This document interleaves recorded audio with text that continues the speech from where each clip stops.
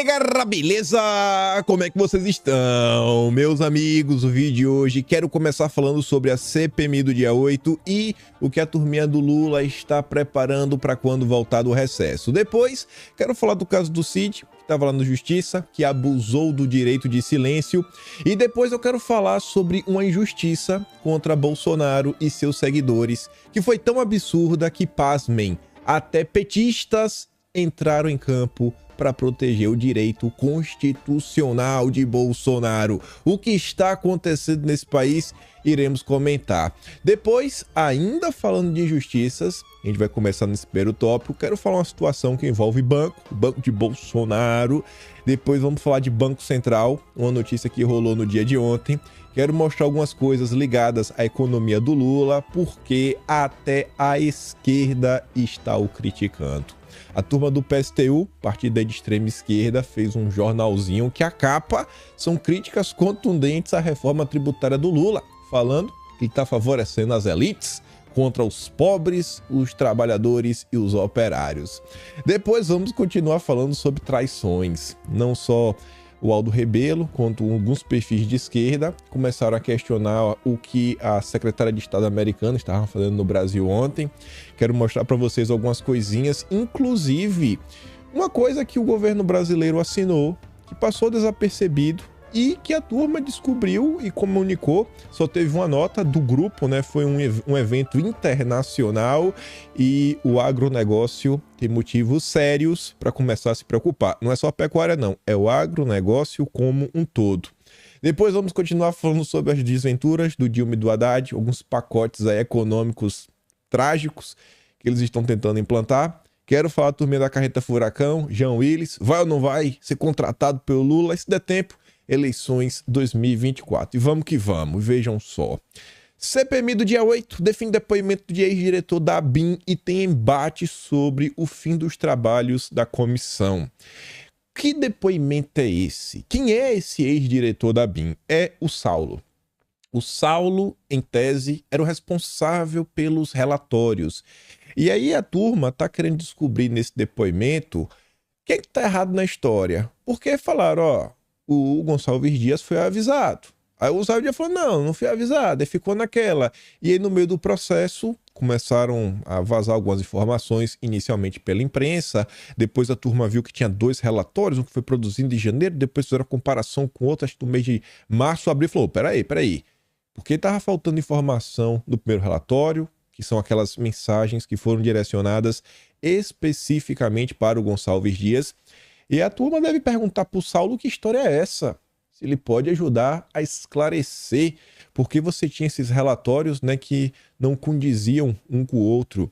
E a confusão pode crescer e, obviamente, é a típica confusão que o Lula não quer. Já pensou? Que a gente descobre que o ministro do Lula fez alguma coisa errada? Rapaz... Isso a gente só vai saber na volta do recesso.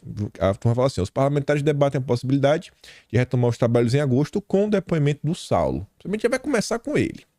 Além disso, a nota do Estadão comenta 3 coisas. Primeira, a expectativa é que Anderson Torres e Gonçalves Dias sejam ouvidos ainda em agosto. A ordem dos depoimentos vai ser debatida na primeira reunião deliberativa do grupo após o recesso. O Estadão ainda diz que o segundo semestre do trabalho da CPMI também deve ser de embate entre os parlamentares sobre o tempo de duração das investigações. E isso daqui não deveria ser novidade para vocês que nos acompanham com mais frequência. Ainda em maio, antes da CPMI começar, isso está lá registrado no Atlas, já acho que em 1º de maio saiu uma nota no Brasil 247, foi a primeira de muitas, onde algumas pessoas na esquerda falaram que esta CPI, o melhor para ela, era o seguinte, era impossível parar, ia acontecer. E obviamente que ia ter algum tipo de embate, as primeiras sessões seriam mais acaloradas. Mas conforme o tempo for passando, vai deixando de lado, até o assunto desaparecer e enterra. Essa já era a tese que a esquerda defendia desde o princípio. E você vê que chegamos no recesso e o Gonçalves Dias, com tudo o que aconteceu até agora, sequer prestou esclarecimentos. E o que a turma do Lula quer fazer? A comissão instalada no final de maio deste ano, está autorizada a funcionar por 180 dias, portanto, até meados de novembro. Ou seja, a gente vai ter agosto, setembro, outubro, 3 meses e meio. 3 meses, que a gente sabe quando é que volta ali, no meio de agosto, então 3 meses. Vamos ter 3 meses de comissão. O regramento do Congresso prevê a renovação do prazo por tempo igual, ou seja, por mais 6 meses, adentrando 2024. Mas a relatora e os parlamentares governistas, ou seja, os lulistas, estão empenhados em liquidar a apuração ainda neste ano. Por quê?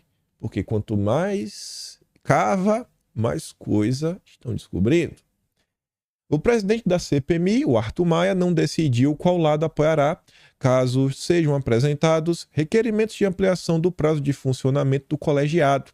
Para que os trabalhos sejam prorrogados, é necessário que a oposição apresente requerimento e reúna assinaturas de 27 senadores e 171 deputados.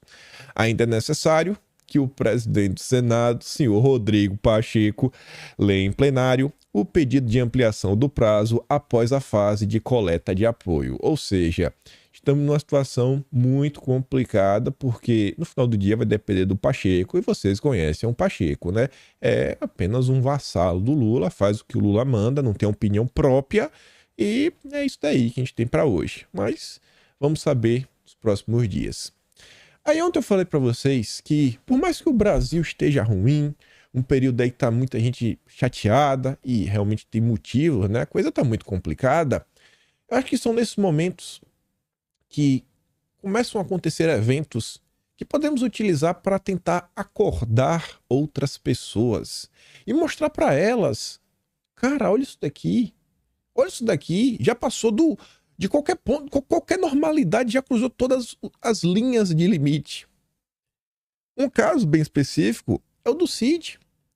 Você pode chegar pro cara e falar assim, irmão, olha só, você pode não gostar de Bolsonaro, você pode não gostar do Cid, você pode querer culpá-los por tudo que aconteceu de pior nesse Brasil, mas onde que se inventou a história de abuso do direito do silêncio? Isso nunca existiu. Abuso do silêncio? O que a gente está falando aqui? É um absurdo. E aí o Ministério Público Federal arquivou a representação contra Mauro Cid. Que é pra você mostrar pro seu amigo isentão, que acha que... cara, olha o que o PT tá fazendo. Isso daqui foi um pedido dos lulistas. Os lulistas, se você fala, você é culpado. Se você não fala, você é culpado também. Tá parecendo que é perseguição, né? Talvez seja.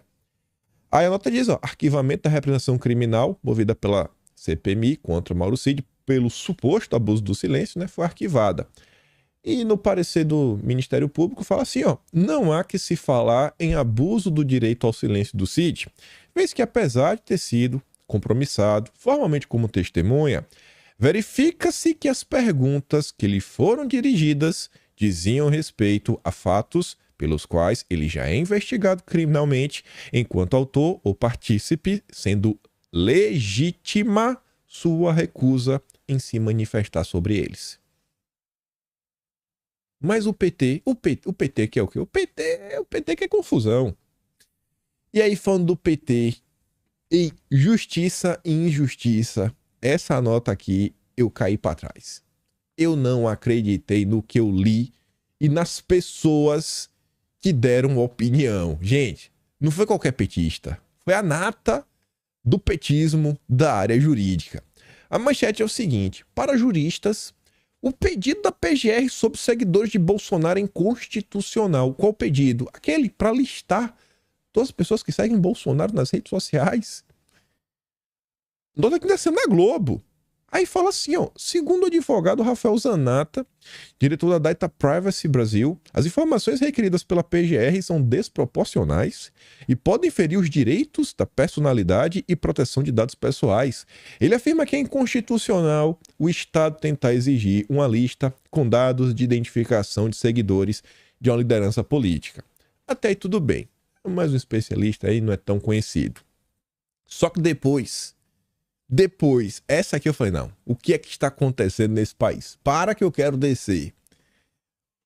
A nota segue falando o seguinte: o fato do pedido ser amplo demais e sem especificar quais seriam os dados, também deixa o requerimento do órgão nebuloso, segundo os especialistas. Coordenador do grupo Prerrogativas, Marco Aurélio de Carvalho, conhecido também como Big Mac, amigo pessoal do Lula, cita a Lei Geral de Proteção de Dados e diz que as plataformas não poderão entregar dados sem justificativa forte que ampare o compartilhamento dessa informação. Caso exista acusação contra algum seguidor, o pedido deverá ser atendido, porém, não havendo sequer suspeita, entregar esse tipo de dado abriria um precedente perigoso. Isso em sua avaliação. Abre aspas.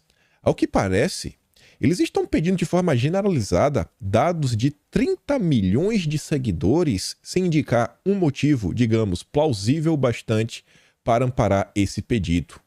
É no mínimo estranho, né? Rapaz, estranho é o Marco Aurélio de Carvalho falar isso. E eu acho que a motivação envolve a sucessão na PGR. Não é que os petistas querem defender, é porque é uma boa oportunidade para criticar a gestão do Aras. E querendo ou não, segue no paro aí até para continuar. Sabe aquela história? Não mexe... Tem coisa que é melhor deixar do jeito que tá? Para depois não tentar ter algum tipo de aventura, não sabe o que vem por aí. Então, a gente meio que já conhece o Aras, é aquilo ali, garantista, né? Eles deixam lá que tá melhor do que ficar trocando agora. Talvez não seja uma briga para comprar neste momento. E a turma do PT já caiu para dentro, né? Criticando o Aras, obviamente que tá querendo na PGR, né? Estão falando da PGR em si. A Malu Gaspar, ontem de manhã, ela também solta uma nota disso daí, mas lá bate no Aras do início até o fim, sendo que não foi o Aras que tomou essa medida, né? Então, você tem que também olhar o que tem por trás, né? Sempre tem um joguinho político. Não tô aqui para defender o Aras nem nada, mas mostrar para vocês que o PT não vai entrar em campo para falar que olha o que está acontecendo com o Bolsonaro, com os apoiadores. Eles não vão falar isso à toa. Sempre tem alguma coisinha por trás. Além disso, a matéria ainda fala com o Pedro Serrano, outro advogado lulista, aquela turma do IREE, junto com o Valfrido Vardi, né? A turma do Boulos, que também está contra. Mas, como falei, não acho que eles estão defendendo porque eles estão muito preocupados com o estado das coisas no Brasil. Continuando, anteontem, eu trouxe essa nota. Parecia profética, não é para não, viu?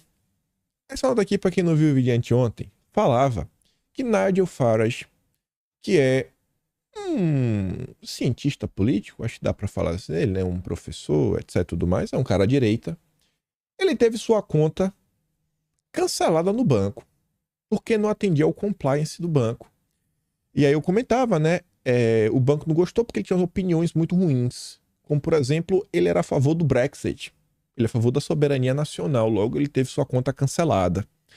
E eu falei, isso aqui é complicado. Para acontecer isso aqui no Brasil, era um pulo. Mal eu sabia. E aí acabei sabendo ontem que o caso no Brasil já está acontecendo. E envolve ninguém mais do que menos do que Jair Messias Bolsonaro e também o seu filho Carlos. Carlos compartilha aqui, ó.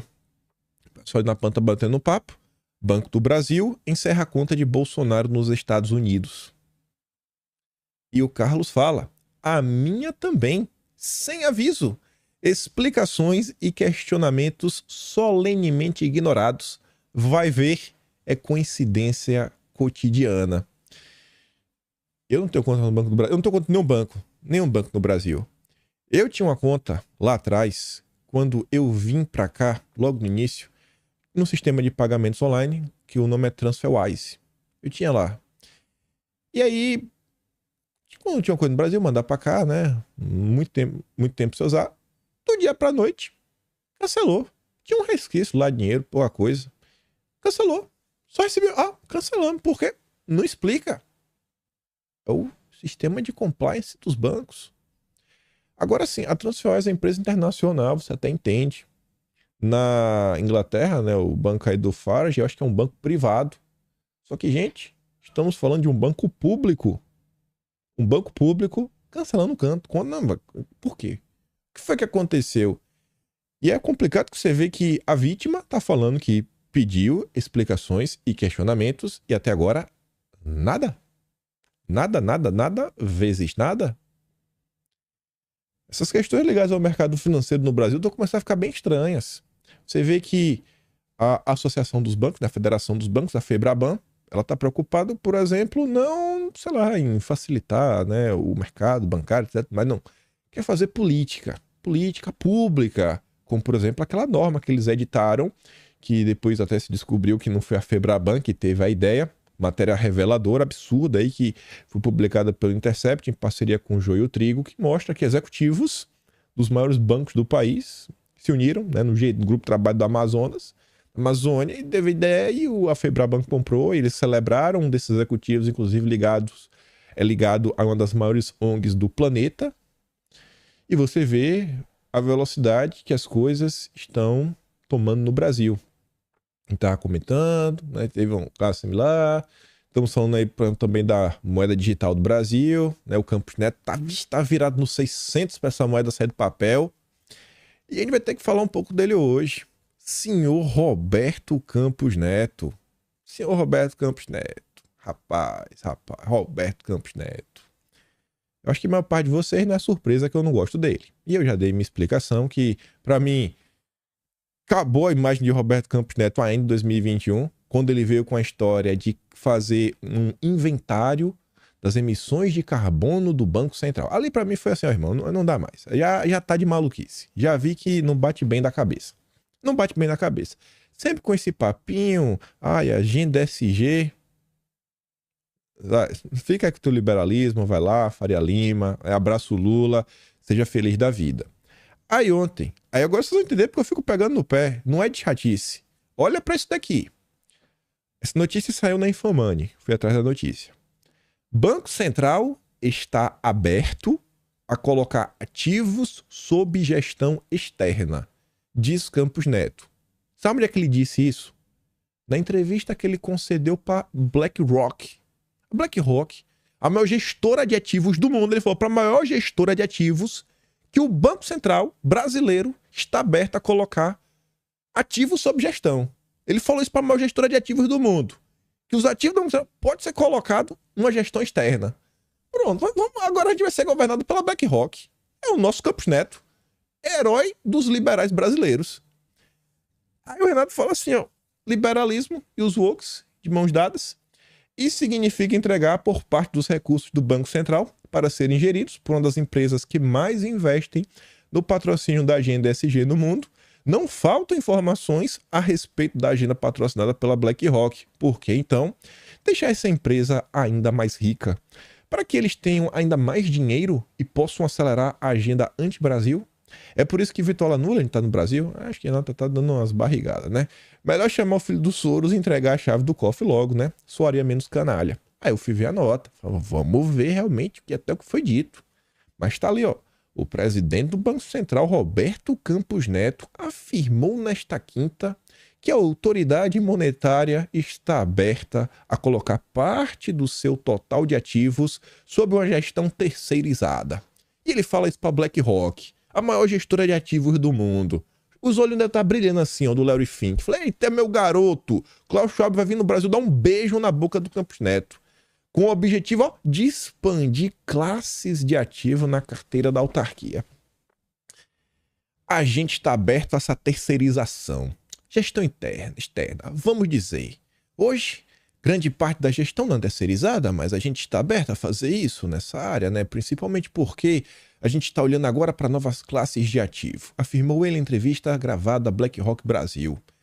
Campos Neto explicou que o Banco Central já teve programa de gestão terceirizado anteriormente, lá atrás, nos idos de FHC, mas que ele não foi retomado desde que acabou. Por que será, né? Mas agora, governo Lula, agora tem clima para isso. Lula neoliberal, pois seria mais vantajoso para a autarquia manter algumas operações dentro do seu próprio sistema.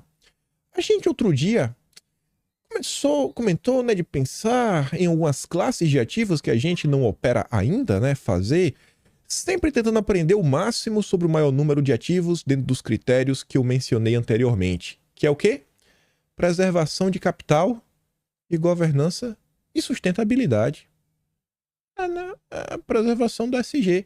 Você vê, rapaz, o cara tá preocupado com Critério ambiental, o Banco Central do Brasil. Olha só, eu achava que o problema do Brasil era inflação. Era inflação, era PIB contraindo, era desaceleração da economia, era desindustrialização, era juros altos. Mas não, o Campos Neto, ele tá preocupado com a sustentabilidade. Rapaz, indescritível. Aí eu fui tentar mais informações na internet. Banco Central quer criar superagregador de aplicativos de bancos para entregar com moeda digital. Essa é a manchete, que ele também falou sobre isso na entrevista dele.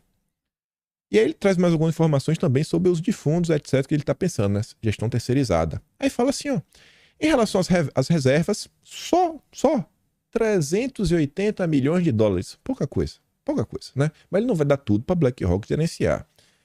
Ele disse que o Banco Central fez uma grande mudança em sua governança e tem uma diretriz específica de preservação do capital. Olhamos muito para a diversificação de ativos, para como fazer uma pegada de sustentabilidade na gestão das reservas, o que não é fácil porque há tantos instrumentos para comprar reservas sustentáveis. Há muito greenwashing. Greenwashing é uma espécie de lavagem verde, né? Você falsificar números para falar que você é sustentável. O Campos Neto ele não está preocupado em comprar papéis, ativos, coisas que geram lucro. O Campos Neto está preocupado com a Amazônia, com o pulmão do planeta. Vocês entendem quando eu falo que vocês não são liberais na economia? Vocês não são. Vocês defendem o bom senso. Liberal é o Campos Neto. Liberal é o Amoedo. Liberal é o Armínio Fraga. Vocês não são, gente. Para com esse discurso. Para. Vocês não são. A direita foi enganada. A gente achava que todo mundo defendia o bom senso. Ninguém queria um Estado totalitário, que o governo tem a sapato Brás, a boné Brás, a camisa Brás. Tava todo mundo cansado de ver as estatais sendo saqueadas por governos de esquerda. Aí veio a turminha liberal, como quem não quer nada, e falou: vocês são liberais. Vocês são liberais. Estado mínimo, etc. Liberais. A turma queria ver o PT longe das estatais. Então a gente deve ser liberal. Não são. Campos Neto é liberal. A Faria Lima é liberal. Todos os liberais. Qual foi o que apoiou o Bolsonaro? Me diz um. Deve ter uns gatos pingados um ou outro. Aí depois continua. Às vezes quer diversificar moedas em um determinado país, tem uma característica não tão boa e acaba piorando seu critério de sustentabilidade. Então, no final, é preciso montar uma grande matriz com governabilidade, com sentido de preservação. Tá bom, né? Porque reserva não é instrumento para se obter lucros, mas preservar capital. Mas tentando ter o melhor retorno possível e uma governança mais robusta. Não é para ter lucro, né? Mas tem que ter uma governança boa, sustentabilidade, agenda verde. Os liberais. Campos Neto e Haddad é unha e carne. Por isso que eles estão tão bem aí no governo. O governo fica aí. Campos Neto são amigos. A agenda está avançando. A agenda que o Haddad defende. E aí, para não ficar só... Mas e aí? O que é que a gente faz? E qual seria, então, o caminho? Olha essa notícia. Olha como isso se encaixa no que eu já repeti mais de 100 vezes. Capaz de umas 100 vezes. Já tem muito mais de 3 meses. Empresa anti-woke estreia na Bolsa de Valores de Nova York sobre muitos gritos de USA, né? Seria Estados Unidos. E democratas surtam. É uma espécie de marketplace, né? Tipo o Mercado Livre, o Amazon, onde são de empresas que não apoiam as pautas de esquerda. Você pode saber, essas empresas aqui são empresas realmente que só querem lucrar. Tudo malvadão, ninguém quer lucrar, ninguém tá preocupado em botar coisa na cabeça de ninguém. Não, eles só querem lucrar. Tudo malvadão. Tá ali. Veja como são as coisas. Os democratas surtaram, os outros surtaram. É uma empresa que abre. Olha quais são os gritos que a turma tá celebrando. USA. É um movimento patriótico nacional, simples assim. É uma economia voltada ao lucro e pensando no país. Pensando no país, na nação. E focada no lucro. Olha como é óbvio a solução. Olha como a solução é óbvia. E é o que eu digo para vocês. Ao redor de todo o planeta, tem inúmeros focos de movimentos nacionais voltados em um projeto de país, de nação, patriotas que estão falando, cara, está errado. O caminho que as coisas estão tomando está errado. Isso é um levante contra uma agenda internacional, que é a agenda ESG. É o caminho. É o caminho que a direita está tomando ao redor do mundo. Continuando. Olha o governo Dilma. Isso daqui eu não acreditei. Mas não é possível, não. A situação do Brasil realmente é calamitosa. O Brasil tem um PIB considerável quando você compara com a cone vermelha, que é a África do Sul, com a azul escuro, que é o México, com a verde, que é a Colômbia. Quando você compara com os emergentes, como toda a América Latina, o PIB brasileiro é muito maior do que desse país. Muito maior. E aí, quando você olha a proporção do juros da dívida que é gasto proporcionalmente em relação ao PIB, o Brasil com um PIB gigantesco. Agora, no governo Lula, mal começou, 6,8%, 7% do PIB só para pagar juros para banqueiro. Qual foi a notícia do encerramento do governo Bolsonaro? Pela primeira vez da história do Brasil, reduzimos a relação dívida-PIB. Se você reduz a relação dívida-PIB, você está reduzindo os juros que você paga. Isso é matemática básica. Matemática básica. Isso é um absurdo. É um absurdo. Ninguém paga tanto juros nesse país. Mal começou. Saiu de 5,9 para 6,8. Vamos terminar o quê? 2026, com metade do que o Brasil produz, só dando dinheiro para banqueiro? E eu tô falando assim porque a esquerda, se diziam, né, os grandes combatedores dos banqueiros. A esquerda surge para lutar contra o neoliberalismo. Então você tem que usar as palavras gatilho do vocabulário deles contra eles, porque eles ficam malucos. Eles ficam igual siri na lata, se debatendo, nervoso, não sabe o que falar, não sabe colocar a cara. Aí você vê, ó, a Haddad lançou uma agenda de reformas financeiras, 17 propostas. Só quero falar de uma delas, a 11ª. Instrumentos financeiros ASG. AEE. A e E são a mesma coisa, porque A no português é ambiente e o E no inglês é environment, que também é ambiente. Então, é a agenda ESG, eles só abrasileiraram. O Haddad está lançando um pacote de reforma de instrumentos ESG. Vejam só, é esse o governo de esquerda alinhado ao BRICS? Não, é um bando de traidor. É um bando de traidor. Quem diz isso não sou só eu não, viu? As reclamações do PT, e não são só do PT, são de outros setores também, a gente já mostra depois disso. Ministros petistas têm definido o 3º mandato de Lula como um governo com profundas contradições e de opiniões muito distintas sobre questões estratégicas. Leia aqui sobre as pautas históricas da esquerda. É um governo de traição. Traíram a sua própria base. Eles temem que a situação piore com o embarque do Centrão, né? Porque já está ruim, tende a piorar. E uma eventual perda de espaço do partido na expansão dos ministérios, embora até agora o PT tenha conseguido empurrar a conta para outros aliados. A gestão petista enfrenta dilemas em temas como a exploração de petróleo na margem equatorial do Amazonas, que opõe a Marina Silva e o Alexandre Silveira. O PT que falava, né, o petróleo é nosso, Petrobras, e aí o petrolão. Quem que foi que ganhou essa batalha? Os ambientalistas, os zongueiros e a Marina. E aí, cadê o PT? Cadê o plano de desenvolvimento que vai fazer acontecer refinarias pós... Cadê? Marina não deixou, né? A turma do Soros falou que não pode. O outro exemplo citado na nota. Antes, houve divergências sobre a política econômica que antagonizou o Haddad a setores mais à esquerda do PT. É um governo em disputa, disse recentemente um ministro petista a interlocutores. Por quê? Porque o Haddad é o queridinho do mercado. O Haddad é o queridinho do BTG, do Bradesco, da Fiesp. É uma autoridade, cara, sensacional. Faz tudo que os banqueiros querem. E a esquerda só falta passar mal, você fala isso pra eles. Eles não aceitam. Eles juram de pé junto que Lula é o herói do povo brasileiro, que está combatendo o neoliberalismo. Só em Nárnia. Só em Nárnia.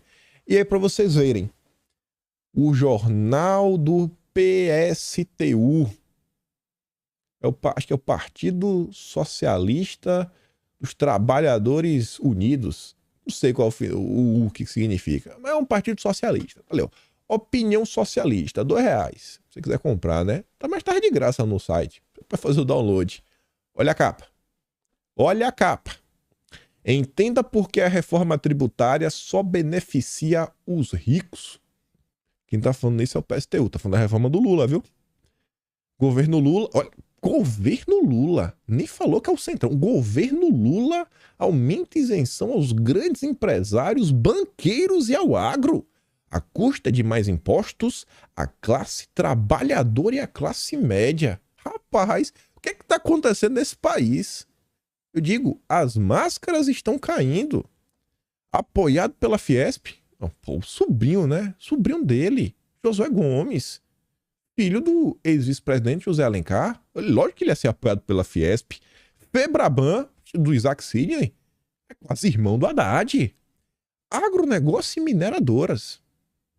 Estabelece regimes específicos de tributação para bancos, construtoras, plano de saúde e hotéis.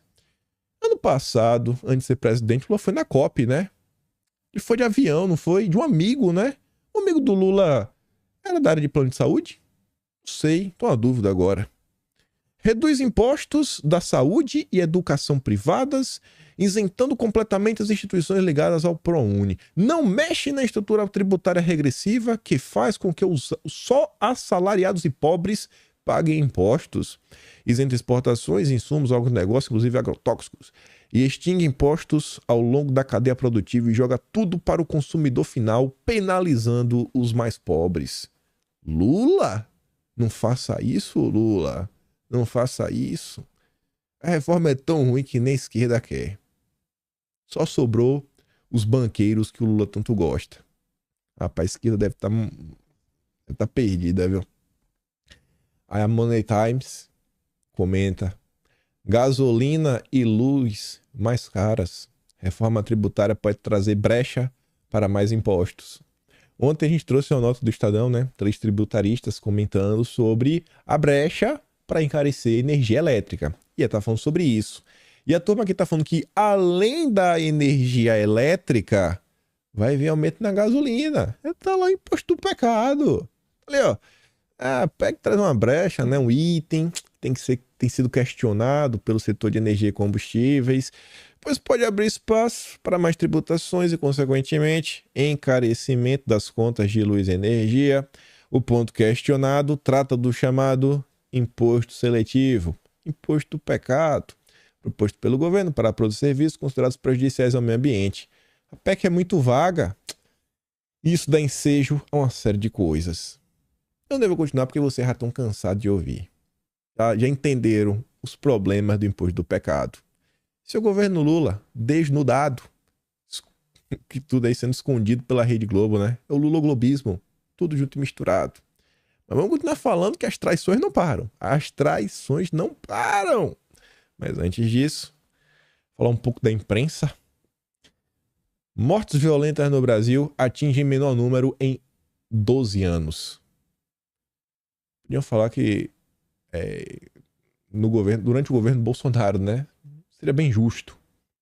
Foram 47,5 mil vidas perdidas. A taxa tem caído desde 2018. Pois é, né? Tivemos aí os 4 anos mais seguros dos últimos 12 anos. Os 4 mais seguros, né? 2019 e 2022. Espero que continue caindo. Aqui não tem como torcer contra a GT1.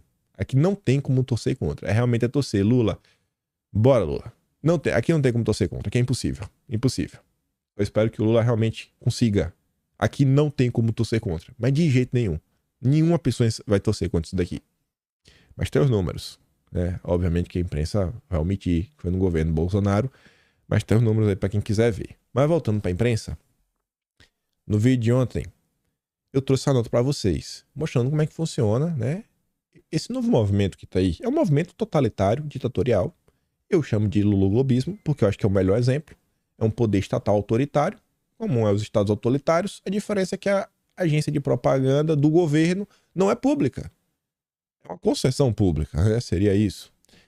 A nota falava que deputado insultado por Bolsonaro planeja a candidatura à prefeitura de Porto Alegre. Aí eu falava uma pra você, falei, Olha só, né? A Maria do Rosário perdeu o nome. É a deputada insultada por Bolsonaro. É o tempo todo a imprensa fazendo isso. Pois bem, comentei isso no vídeo ontem de manhã. Ao longo do dia, o que é que a imprensa faz de novo? Senador bolsonarista furioso. Pronto, ele não tem nome? Ele não tem nome. É o senador Bolsonaro, ele não tem nome. É o bolsonarista. Pronto. As pessoas agora perderam o nome. Se você consegue atacar Bolsonaro com aquilo ali, pronto, a pessoa perdeu o nome. Aí vai ser vítima de bolsonarista, né? Deputado bolsonarista, senador. Aí você vê como é que você faz. Dá pra atacar Bolsonaro? Dá. Então bota Bolsonaro no título e esquece a pessoa. A pessoa não importa. A pessoa não importa. E eu aqui não tô falando que esse cara tá certo, ele tá errado. Eu tô tentando falar sobre a imprensa brasileira. E é o tempo todo passando pano para o Lula. Quando é o outro lado, meu Deus do céu. Mas vamos continuar. Ontem comentamos, e anteontem, né, foi o grande assunto, aquelas falas do Lula. Aquele fez lá, né, que tem que agradecer pelos 350 anos de escravidão. Pois bem, quem procura acha, e o Google tá aí. Olha essa nota da nossa queridíssima Eliane Cantanhede, a jornalista do Disjuntor. 8 de novembro de 2003, e mais uma gafe. Presidente comete gafe e causa constrangimento na Namíbia. Lula disse que cidade limpa e bonita nem parece da África. Ué, por quê? Porque na África não tem cidade limpa e bonita? Foi o que Lula disse em 2003, 20 anos atrás. As coisas não mudam, gente. É a mesma coisa. A mesma coisa. Nada do que está sendo feito hoje não já aconteceu no passado. O problema é que agora existe no país um movimento preocupado com o Brasil. E aí agora é um grande problema, porque antes eles podiam fazer o que eles quisessem, sem medo de nada, sem medo de ser feliz, podia pisar no acelerador. E se não fosse Lula, ia ser Fernando Henrique, se não fosse Fernando Henrique era a Dilma, se não fosse a Dilma tinha o José Serra, o Alckmin. O Alckmin inclusive tá com o Lula, né, juntos. Mas tá ali, ó, o Lula deixou constrangida a comitiva brasileira ontem, ao dizer num discurso de improviso que Windhoek, não sei se é assim que se pronuncia, a capital da Namíbia, parece não estar na África por sua limpeza e arquitetura. Abre aspas. Estou muito surpreso, porque quem chega a Windhoek não parece que está num país africano. Acho que poucas cidades do mundo são tão limpas e bonitas arquitetonicamente quanto esta cidade. E poucas cidades têm um povo tão extraordinário quanto aqui, né? Disse o Lula lá surpreendendo a plateia que ouvia na State House, sair do governo local. Não é de hoje que ele ofende. Aí, o UOL, mais uma vez, com seus grandes colunistas, nesse âmbito internacional, ontem veio nos falar que o Maduro não é democrata. Mas muitos de seus opositores também não são. É brincadeira. Tem um tempo que eu não uso aqui, deixa eu ver se está funcionando ainda. Rapaz, esse daqui aqui, ó. Delírio jornalístico. Só narrativa. Meu Deus do céu. Cadê? Vai voltando aqui. A nota é grande. Aí ele começa a falar: não, o Maduro aqui é meio ditador, né? Meio autoritário, isso, aquilo, outro. Dito isto, né? Que ele é meio ditador, tudo mais. Quem quiser avaliar adequadamente a complexidade da questão na Venezuela, terá que deixar de lado o maniqueísmo, né? Do bem versus o mal. E olhar não só para o governo. O Maduro não é mal porque o outro lado é bom. Não. É todo mundo mal. Todo mundo mal. E a culpa não é só do Maduro. Porque se tivesse boas pessoas, o Maduro também seria bom. Algo que dificulta a solução do problema é o déficit democrático, que se constata também nos opositores internos e externos de Nicolás Maduro. Todo mundo que faz oposição ao Maduro é um antidemocrata. Aí a nota cita como exemplo a extrema-direita da Venezuela, o Juan Guaidó e o Trump. Só tem antidemocrata fazendo oposição. Esse é o grande problema. Só faltou colocar a culpa em Bolsonaro. Dessa vez, o Chico Alves não fez isso. Você percebe que uma imprensa consegue ser absurdo? É o lulolobismo. Mas vamos continuar. Ontem, senhora problema veio o Brasil. Não tem um lugar que essa senhorita pise o pé que não tem uma confusão, que não começa uma revolução colorida. Vixe Maria, ela veio ano passado, antes das eleições. Ela é conhecida. Quem gosta de uma história, né, uma conspiraçãozinha, deve saber quem é a Vitória Nuland. Enfim, o Aldo Rebelo, em poucas palavras, fala muita coisa. Diz assim, ó, olha quem tá de volta. Subsecretária de Estado para Assuntos Políticos. Rainha das confusões híbridas e das revoluções coloridas. Ela nunca vem a passeio. No ano passado, esteve aqui para discutir as eleições. O assunto agora deve ser a Amazônia. E sinto lhe informar que o Aldo Rebelo tá certo. Lá tava ela, ó. Fantástico para celebrar os impressionantes graduados do programa da Embaixada Americana, né? Curso lá de línguas. Orgulho de ter esses campeões da Amazônia em nossa rede de ex-alunos do programa de intercâmbio. Imagina esse programa, imagina o que os nossos índiozinhos não estão aprendendo. Nada que eles são um povo independente. Eles podem se tornar uma nação soberana, separado do Brasil, né? Vão nos tornar independentes. Rapaz, achei isso aqui normal, não tem como. Sabe por que não tem como? Porque o Brasil é um país majoritariamente cristão e vez ou outra, quando vai algum grupo de missionários numa terra indígena, é o caos. Vixe, é confusão, é um absurdo, não pode. Não pode. Mas, quando é a turma do Biden, aí o Lula deixa. Voltando para essa visita, olha que foto bacana, né? Conversando com o Celso Amorim. Eita, todo mundo junto e misturado. Todo mundo botando o quê? Um guardanapo em cima do copo. Pra quê? Que ia cair alguma coisa do teto? Dentro da água? Não faz nenhum sentido, mas tudo bem. A Gringa Brasília, o perfil de esquerda, né? Fala assim, ó, governo Lula 3.0. Sei que irá desagradar os iludidos que não conseguem enfrentar a verdade. Mas é um governo 100% capacho dos Estados Unidos, que segue a pauta ditada por eles. Jamais poderia imaginar que estaria tweetando isso em 2023. Ou que veria o Brasil se debruçar a Nuland. Triste capítulo dessa colônia. E há quem diga, na direita, que a esquerda não briga. A esquerda... Vocês já viram a esquerda brigar em público? Vocês já viram a esquerda sobre... Vamos continuar, né? Pois bem, mais sério que essa visita, quer dizer, mais sério não, né? Que eu não sei o que é que vai desenrolar disso daí. Sempre fico de olho. Mas tão sério quanto, ou talvez realmente mais, tava passando no Twitter e eu vi que o Luiz Felipe Leonésio Bragança posta aqui uma matéria que é do Paradoxo BR, que está repercutindo uma coisa que ele falou em entrevista, então você fica meio naquela, né? Beleza, vai olhar uma olhada, né?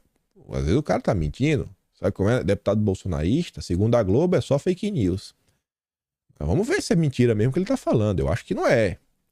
Representantes do governo Lula concordaram em assinar um documento que compromete o país a cortar sua produção agropecuária nos próximos anos. Eu falei, pô, peraí, rapaz. Que história é essa? O Brasil vai importar as mesmas políticas ambientais que estão causando um caos na Europa. Tipo que fizeram na Holanda. Que os fazendeiros estão tendo que abrir mão de suas vaquinhas. Não, eu não acredito que o Lula vai fazer isso. Aí quando abri a matéria do Paradoxo, gostei do que eles fizeram, porque eles citam a fonte original, o evento, o site oficial americano.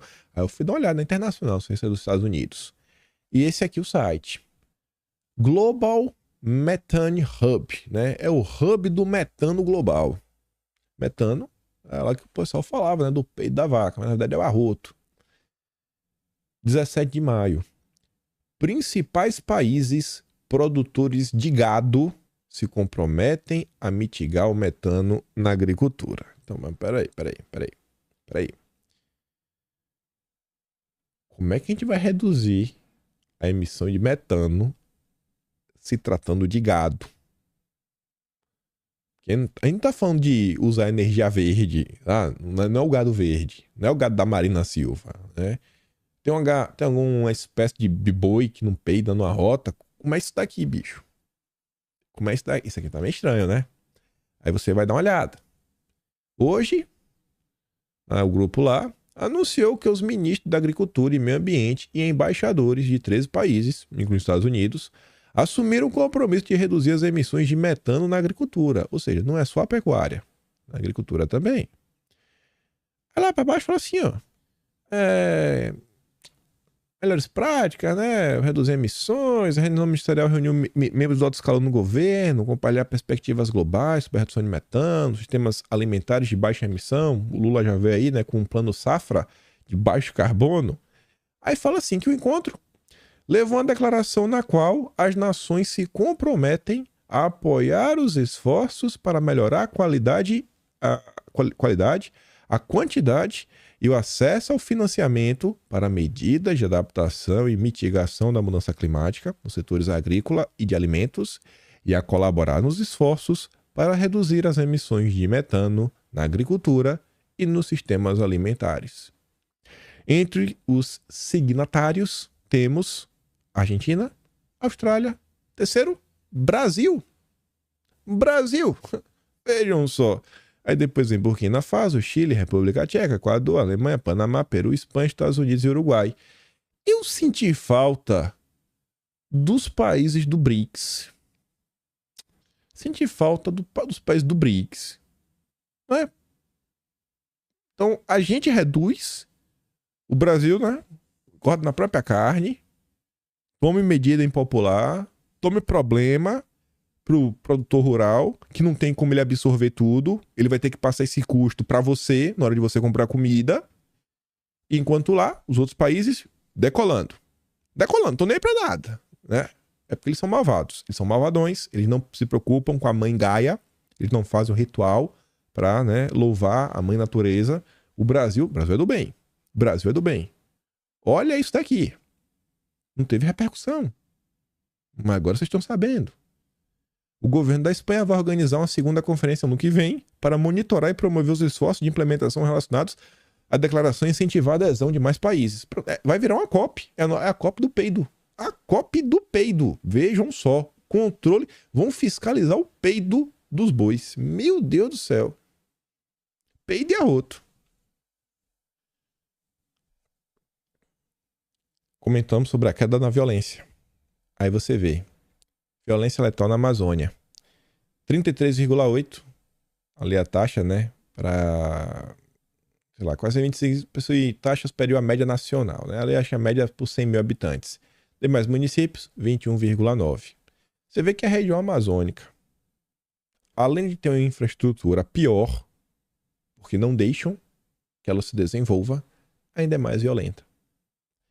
O Amazonas Azul fala assim, ó, o isolamento provocado pelos zongueiros e exigências internacionais levam à falta de desenvolvimento, emprego e perspectiva. Amazônidas ficam à mercê do monte de criminosos, né? O que cada dia mais gera violência na região. Já perdemos a Amazônia para os zongueiros e agora para a criminalidade. Vejam só como são as coisas, né? Esse é o Brasil do Lula. Brasil do Lula, que não quer resolver. Só que tem mais. Mais maldades, mais planos mirabolantes. Só que antes, deixa a turma fingir que tá fazendo alguma coisa, né? Você vê como são as coisas. A vontade de lacrar, a vontade de arrotar uma agenda ideológica é mais importante que qualquer coisa.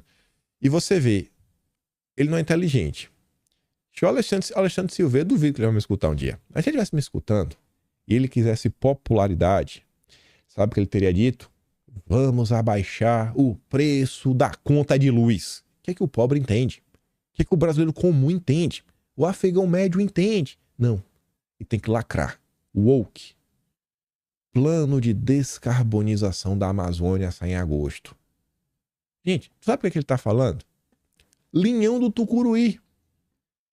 Com primeiras iniciativas, Silveira citou o início das obras para conectar Roraima ao Sistema Interligado Nacional, uma vez que o estado é o único totalmente isolado da malha elétrica do país, e também a inauguração da interlocução de Paratinins, no Amazonas, ao sistema. Uma para estar isolado antigamente, a energia vinha na Venezuela. A Venezuela quebrou. Aí agora são várias termoelétricas que queimam diesel a preços caríssimos. E essa conta, no final do dia, ela é rateada para o Brasil inteiro. Ele podia falar, a conta de luz vai baixar. Só que esse projeto, do Tucuruí, anos e anos e anos que nunca saiu do papel porque os zongueiros não deixam. Mas esse cara, ele não está preocupado com isso. Ele não está preocupado com a soberania nacional. Assim, tem soberania, levar infraestrutura, melhorar a qualidade de vida dos brasileiros. Olha qual é a intenção. Lacrar em torno de uma agenda verde. É só isso que o governo Lula pensa. Só falam sobre isso. E aí, sobre o Tucuruí, eu queria lembrar algumas coisinhas, e é isso que vocês vão entender. Essa obra, ela está sendo... Estão tentando tirar do papel há mais de 10 anos. Mais de 10 anos. Governo Bolsonaro tentou. Quando foi em setembro de 2021, parecia que estava para ir. Leão do Tucuruí, Bolsonaro anuncia a obra que liga a Roraima. O Sistema Elétrico Nacional falou, agora vai.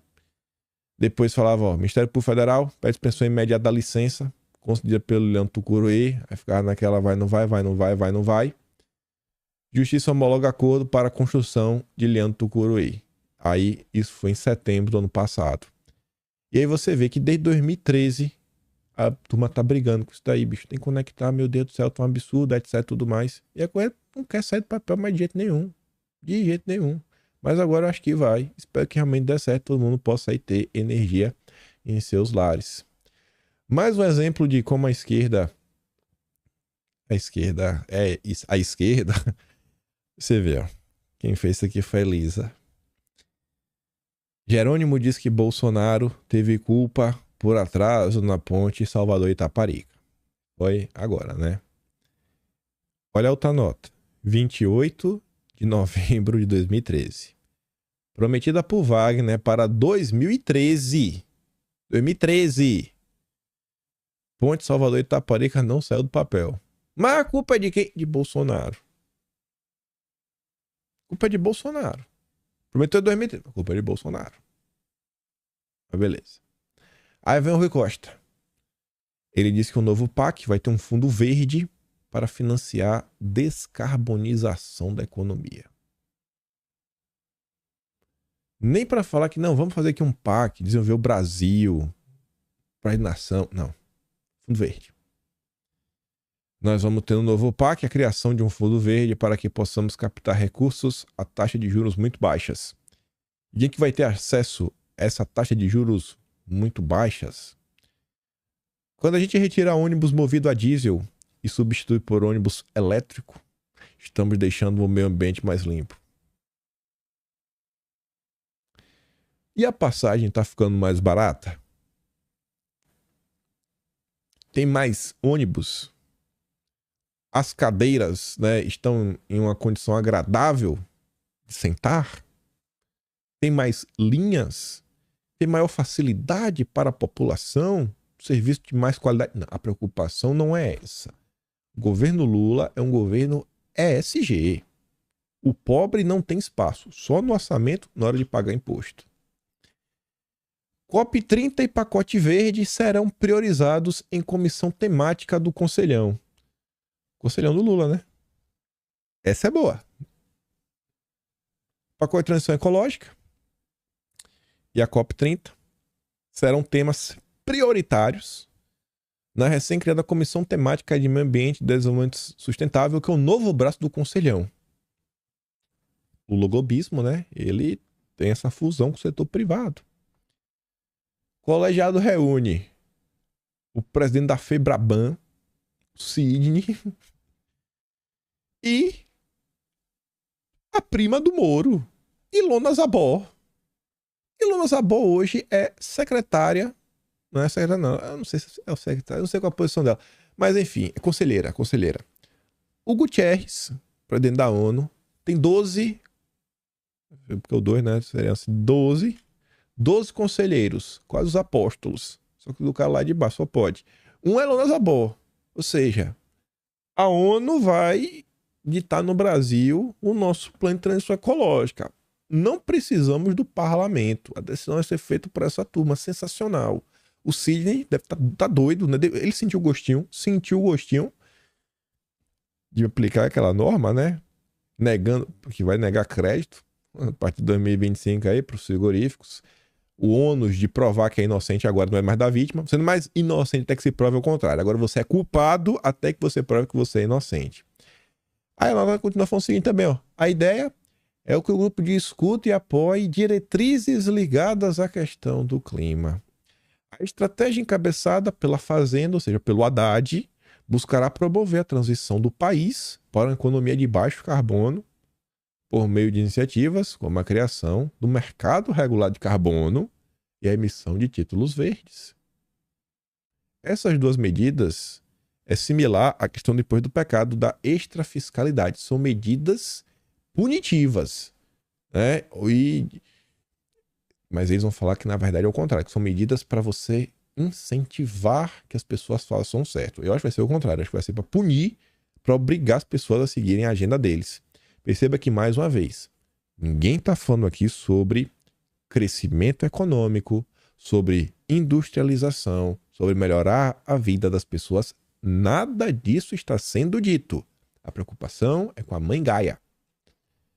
Aí, continuando, só notícia de ontem, não posso fazer nada.